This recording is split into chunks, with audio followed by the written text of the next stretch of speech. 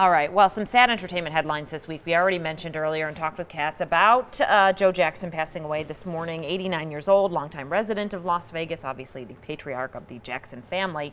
But also got some news last week that Vinnie Paul from Pantera died. Lived here a long time, went to a lot of charity events here, a lot of shows, and sad news, 54. Yeah, you know, Vinnie was, for all of his fame, he's the co-founder of Pantera.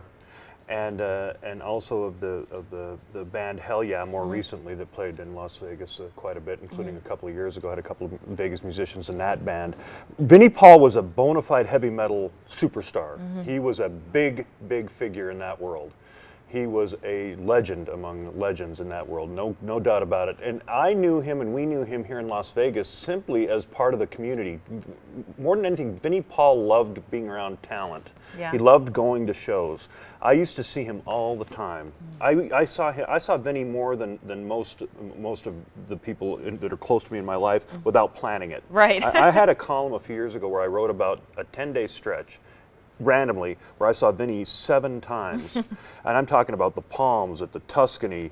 He was a big fan of Carrot Top. I saw him there. Zoe Bowie. And it was not specific to rock and roll. He just liked being around talent and people who had a lot of energy. Right. And he was part of the scene, and he was part of our city, and he was part of the community. As you know, we were friends, and it was shocking to hear this, and very sad. And I guess the only saving grace at this point so far, it seems like it was not, you know, anything suspicious, you know, from the PIO, from Metro Police. But yeah, he was a major figure in our city. Yeah, he will definitely be missed. And then some other shocking news this week: Richard Harrison from Pawn Stars also passing away. I know you talked with Rick Harrison and Corey by phone, right, about their dad.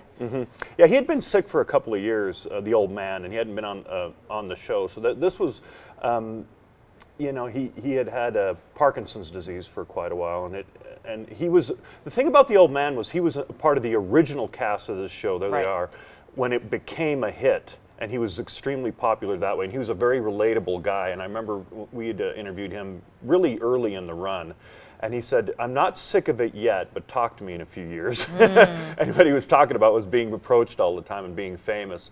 But he was a fan favorite. He was a genuine part of the family. He's Rick's father and Corey's grandfather. Corey referred to him as his best friend. Chumley on the show was a father and grandfather figure to him, and I think that relationship resonated on the show, where the old man, he didn't speak a lot of lines. He didn't say a lot, but when he did, he was always digging at him. You know, all the other guys. He was definitely the top gun in that place, and a big reason that show has had such success over the years. Yeah, we've only got about 20 seconds, but I know George Wallace is back at the Westgate. You saw him yesterday, and if we want to read more about that, we can always check it up in your column. I'm going to be writing about George. He's Tuesdays, Wednesdays, and Thursdays at 8 p.m. at Westgate Cabaret, and still funny as ever, George is. He's the resident comic at the Westgate. Yeah, he is a funny guy. All right, thanks so much. John Katsilometes from the Review Journal. You can read more in his column called Katz.